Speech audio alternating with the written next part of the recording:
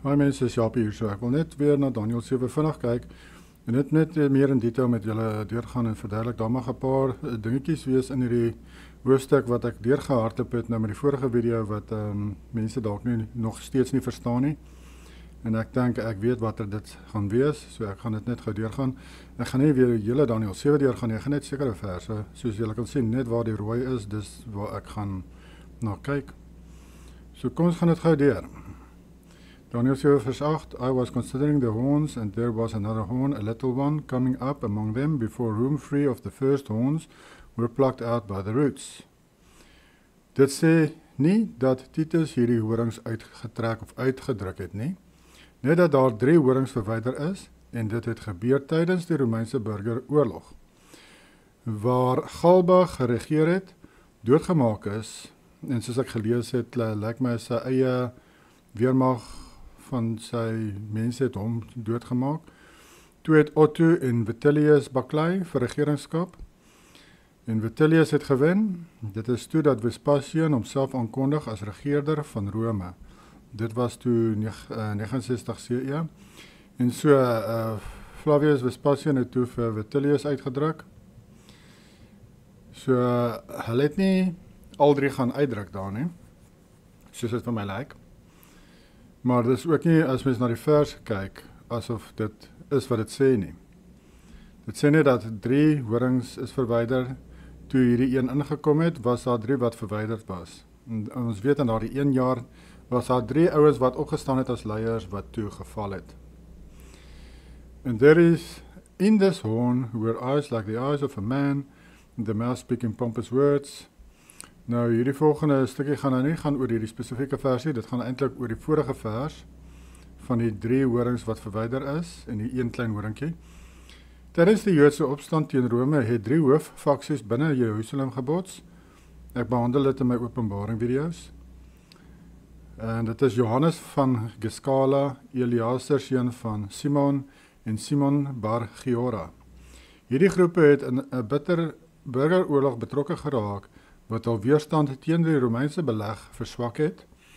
Hierdie 3 leiers is wel deur Titus Vespasian verwyder. Toe hy Jerusalem vernietig het. Nou, Titus het wel ontslag geraak van hierdie 3 horings van aan Jerusalem se kant, in Israel se kant, toe hy Jerusalem vernietig het. So daar is 3 horings wat hy wel verwyder het.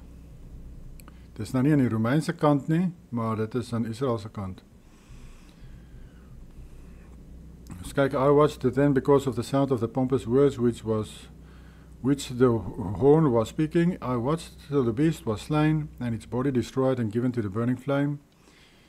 Hierdie kan 'n direkte verwysing wees na die vulkaniese berg Vesuvius wat aktief geraak het so 79 na Christus.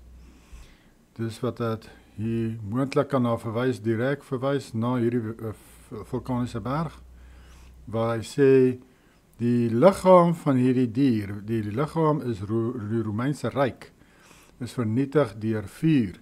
En ons weet, hierdie vulkaniese berg het baie dorpe beïnvloed en geaffekteer toe hy uitgebars het in die Romeinse ryk. Vers 12, as for the rest of the beasts, hier praat hy nou van ander leiers van ander koninkryke, beasts. They had their dominion taken away, yet their lives were prolonged for a season and a time. Die ander koninkryke het nie meer geregeer nie, maar hulle was ook nie vernietig soos Rome nie. So Joshua het wel toegelaat dat hulle bly bestaan. Hy het hulle nie vernietig soos wat hy Rome vernietig het nie, hoofsaaklik met vuur. En dan ander weermagte wat hulle aangeval en oorwin het. Hy het toegelaat dat hierdie ander nasies bly lewe, maar hy natuurlik het regeringskap oorgeneem van die hele wêreld, Jehoshua. Die hele wêreld het toe onder hom gekom. Hy het met 'n eysterscepter regeer toe vir 1000 jaar. Nou kyk ons hierso na vers 24. The 10 horns are the 10 kings who shall arise from the kingdom, and another shall rise after them. He shall be different from the first ones, and shall subdue 3 kings or rulers. Titus was anders as die vorige keisers, want hy het nie alleen regeer as keiser oor Rome nie. Hy was 'n keiser wat onderdanig is aan 'n ander keiser, sy pa. En dit in daardie opsig, as jy kyk in die Romeinse Ryk, was hy anders as die ander keisers. As dit verwys na die keisers, was hy anders, want hy was nie alleen regeerder nie. Hy was onderdanig aan sy pa. Dis hoekom hy genoem word die klein horingkie. Sy pa is die groot horing. Maar Titus is ook anders as die 3 leiers van Israel wat hy gedood het by Jerusalem, want hy was van Rome, Eyster, en hulle was van klei, Juda. En daardie opsig, as jy daardie vers so wil interpreteer, dan was hy ook anders as die 3 leiers wat hy verwyder, die 3 horings wat hy verwyder het, en wat die 3 Israelse leiers was. En dan hy sê, he shall speak pompous words against the Most High, shall persecute the saints of the Most High, and shall intend to change times and laws. Tyd hier in Hebreeus kan verwys na Moed, sien Leviticus 23 vers 4, these are the feasts of Yahuwah, even holy convocations, which you shall proclaim in their appointed times, seasons. Hierdie woord hierso is Moed. Dit beteken appointed times. En dit glo ek verwys direk na wat Daniel hier sê van hy intend to change the time and law. So Titus het die Israelse tye en wette beïnvloed deur die tempel en die stad Jerusalem te vernietig, waar Israel 3 keer per jaar bymekaar moes kom vir tydens 3 feeste, genaamd Pascha, fees van weke, wat ook Shavuot genoem word, of Pentekost, en tabernakels. En met die tempel vernietig, kon die priester nie met dag van versoening, of Day of Atonement, in die allerheiligste ingaan om offers te bring vir hom en die mense se sondes nie. So ons kan sien dat die tye en wette wel geaffekteer was deur Titus Vespasian se aksies. So sy aksies het 'n direkte invloed gehad op die wette en die tye van Israel, die nasie, né? En dit is glo ek hoe daardie vers vervul is in Titus. Then the saints shall be given into his hand for a time and times and half a time.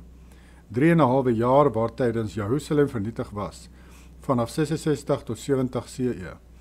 'n Gegewe datum vir die vernietiging van Jerusalem is 14 April 70 CE. So, vanaf Oktober 66 CE tot April 70 CE is 3,5 jaar. En tydens Oktober is mos die fees van Tabernakels. Ek het al gelees, ek glo dat die oorlog van die gevegte het begin tydens, of die eerste geveg het begin tydens die Tabernakels in Oktober. Ek weet dat die aanval op Jerusalem self het begin op Pascha van die 70 CE. Waar is ons? Ja, ek dink dit is dit. So, dis 'n kort video, ek wil net daardie goedjies gou deurgegaan het met julle. Verse wat mense dalk sukkel om te verstaan. Wel, ons almal het maar gewonder wat dit beteken, maar so het Jahwe dit nou maar tyd gedink dat ons dit nou moet verstaan, dink ek. En dis hoekom ek het nou ontvang het van hom af, en dit met julle deel. Groete, bye.